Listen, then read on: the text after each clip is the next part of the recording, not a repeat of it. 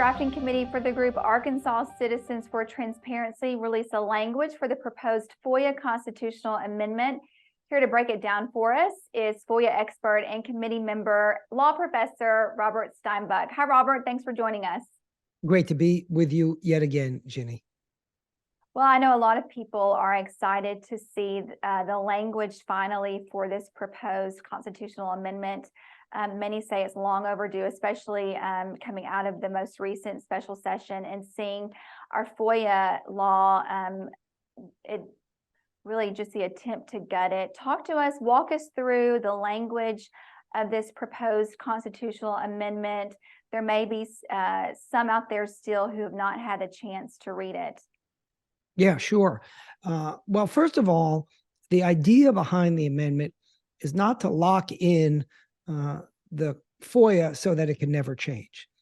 What we started with was the existing FOIA, and we use that as a template.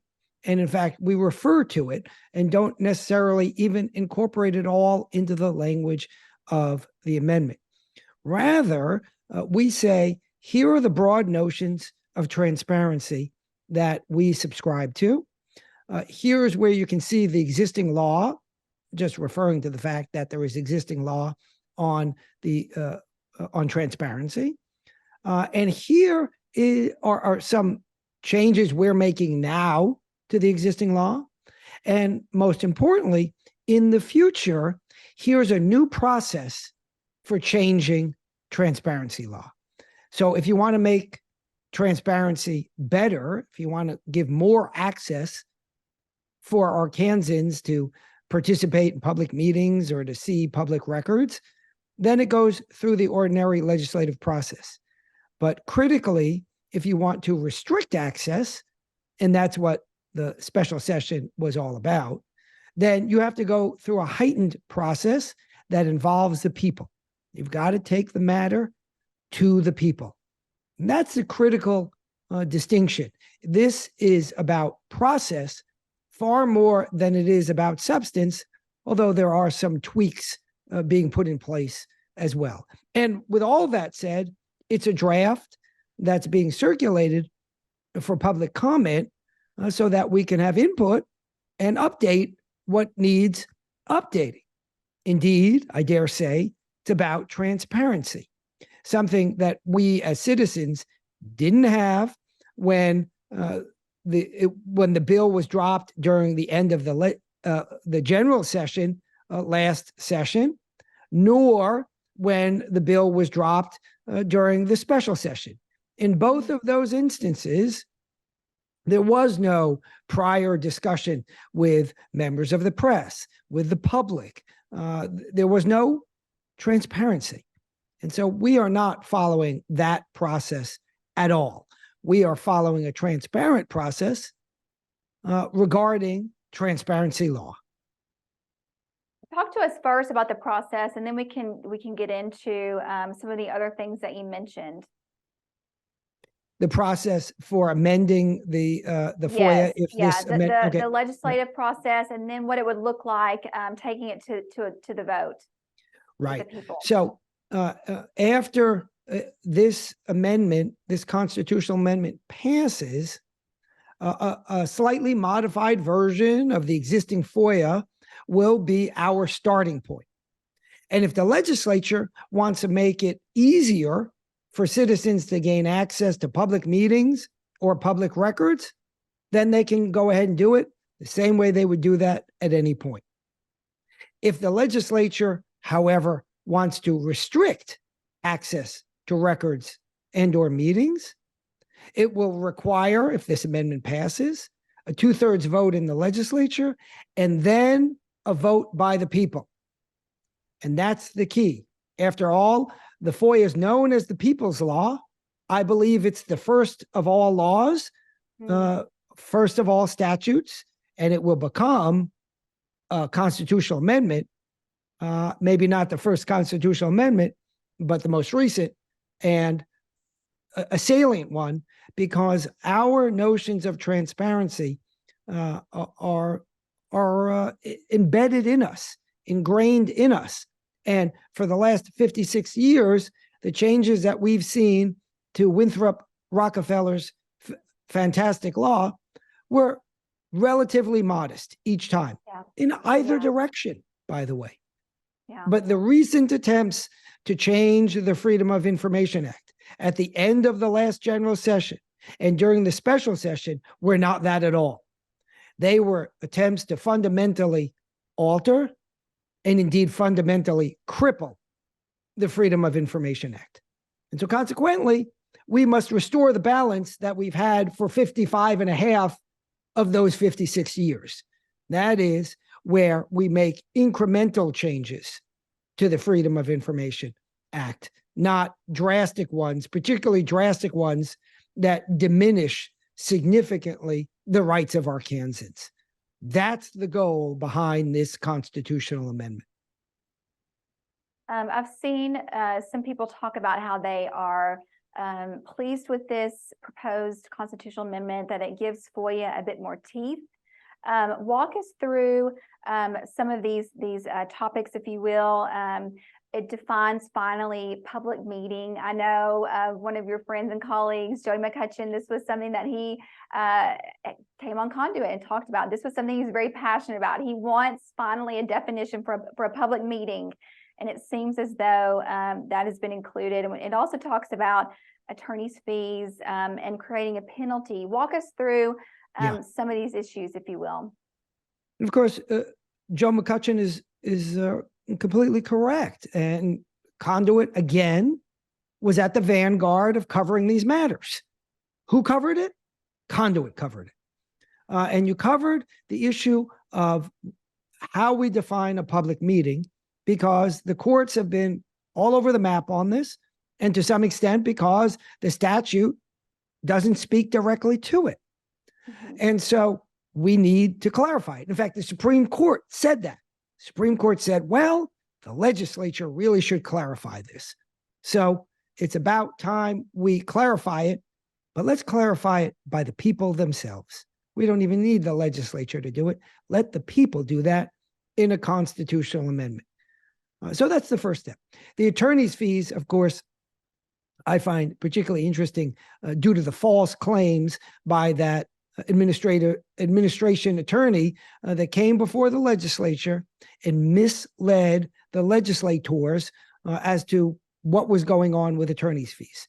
They were misled as to the import of the existing provisions on attorney's fees, and they were told about what turned out to be two of my cases in which she claimed incorrectly that I had asked for $1,000 an hour. By the way, Jenny, I'm worth every penny of it. But nonetheless, I never asked for $1,000 an hour from the government. If you want to hire me privately, you better get your checkbook out. But when I prevailed in the government, the only time I've ever gotten paid, I got paid $250 an hour. And in one motion that is still pending, I've asked for $350 an hour. So the claim, that was the first false claim. And then the second false claim was that I sought attorney's fees on a case that I lost, when in fact I had won. I had won. And the notion that an attorney can get that wrong is rather frightening indeed. So that's why I find this provision particularly comical and interesting, or entertaining, not comical, but entertaining, is because how maligned it was during the special session inappropriately, and how much false information was propounded regarding it. The notion that a winning party that prevails against the government in seeking records should be entitled to attorney's fees after winning shouldn't be particularly controversial. Is there anything in this that, or I guess I should say, in this proposed constitutional amendment, are you concerned that maybe there's something in here that will be included that will make it harder? Let's say that, once it's a constitutional amendment, it will make it harder to pull out at a certain point, rather than say if it's something that the legislature were able to expand on. Right. So it's a great question. So a couple of things. One is, let me be clear, when I say we're taking the Freedom of Information Act with some tweaks, we are taking these more recent notions of security for the governor and others, and we're putting that in there. Yeah. But now, as to the process for changing it, there is, if the legislature wants to increase transparency, nothing will have changed. It's the same process. There are plenty of senators, legislators who have passed bills over the years that have increased transparency. None of that will change in terms of the process. But if there's an attempt to decrease transparency, it's going to take more work. And one might say, well, what if there is an emergency? There's a special provision in there that requires a supermajority.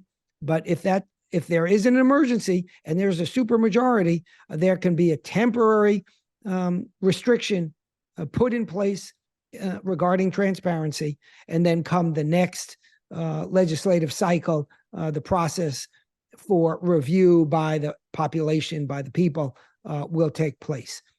So I think the mechanisms in place account for that. Some people, before the proposal was put out, said essentially the logical conclusion of your question, which is, well, if we put it in the Constitution, what happens when things change? We have to do another constitutional amendment? And the answer is no, because what we put in this constitutional amendment is mostly the process by which we continue every year, every day, to update the FOIA. But the process is a heightened process, is a better process than one that simply leaves it to the oscillating preferences of individual legislatures. It now requires direct input from the people in those instances in which a reduction of transparency is sought. Let's talk about moving forward. A lot of signatures are now to be collected. Well, has the title been sent in yet? What's next? So the next thing, as I mentioned earlier, is transparency. Yeah. Is talking with the people. That's why I'm here with you. So I did see in the Facebook group, maybe some, I'm not going to call them town halls, but looking at having some meetings across the state coming up soon.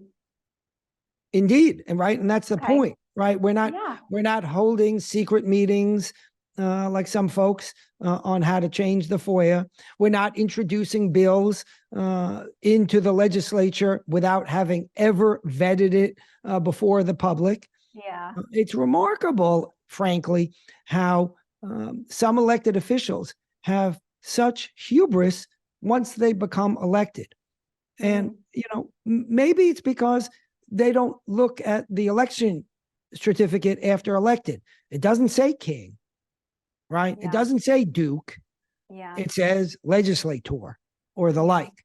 So we have come up with an idea that is born by the people, for the people, and will be discussed with the people and then ultimately voted on by the people.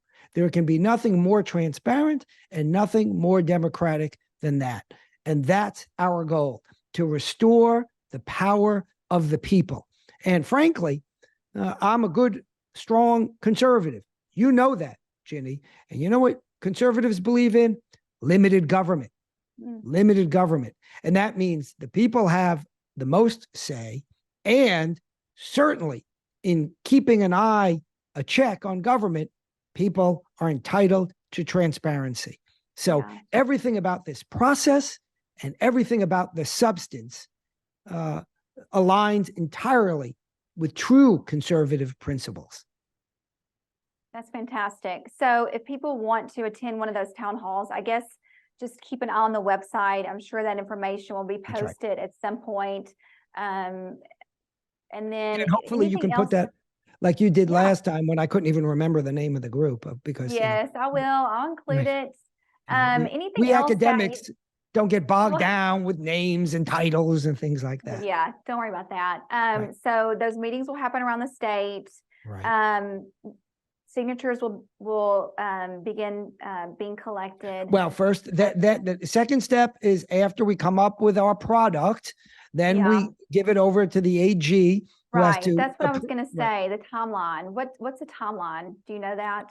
I don't know that I'm not working on the logistics, so I Okay. don't know the timeline. But after these town halls, some version will be finalized. It will be given over to the AG's office, who will have to decide whether to approve the ballot title or change it or reject it. Yeah. As I wrote about in last week's column in the Democrat Gazette, it's a limited role, although not always exercised in that fashion. So we'll see what happens with the ballot title, but we'll get a ballot title one way or another. And then this will get, then we start to collect signatures. Some 90,000 are needed, a little over, I understand. And that doesn't strike me as too difficult in our state. And then it'll be on the November ballot, right? It'll be here so soon. Amazing, isn't it? Yes.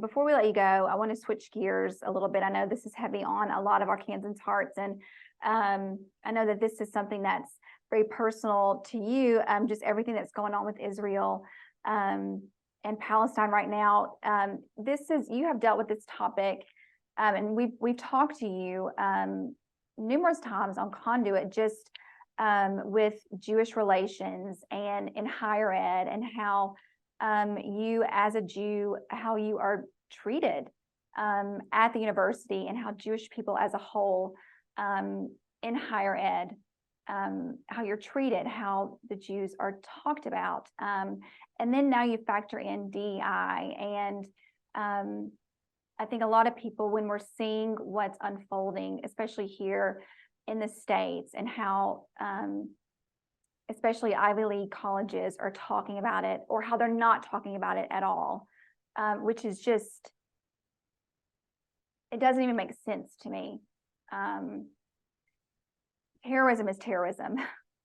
Call it what it is, call evil what it is, but talk to us about it from your perspective, and just tell us what you're thinking. Yeah, well, you're absolutely right.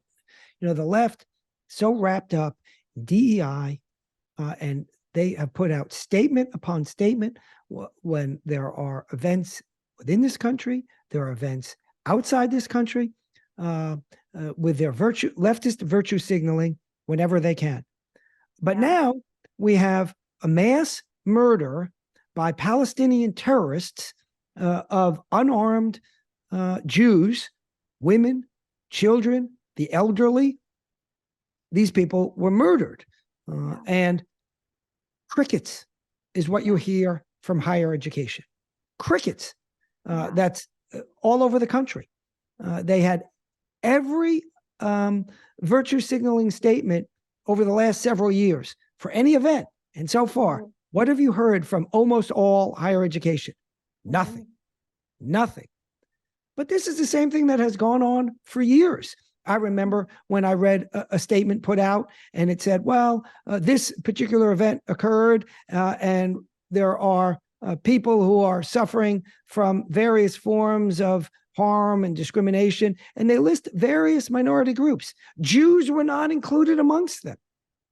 Not even though Jews have the highest number of hate crimes in the United States now, as a percentage per capita, of course, but not a comment about it. There is this antagonism, this outright antagonism in higher education across this country against Jews. And enough is enough. And my forthcoming column, not this Sunday, but the following week, will touch on these matters. No longer are we going to stay silent or brush some of these events off. Every time it happens, I will call it out. I'll call it out here on Conduit. I'll call it out in my column in the Democrat Gazette.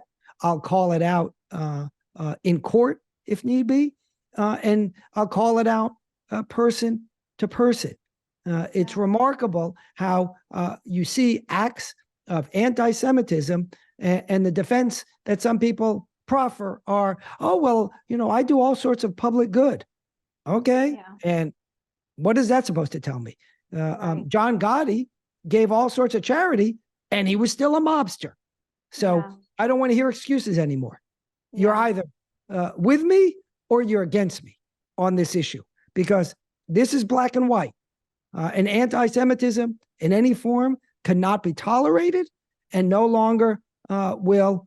This was the history in Germany, right, where Jews were sort of accepting of a certain level of anti-Semitism, and then guess what happened, right? So no longer can we accept any level of anti-Semitism. Absolutely. Well, and we stand with you, Robert.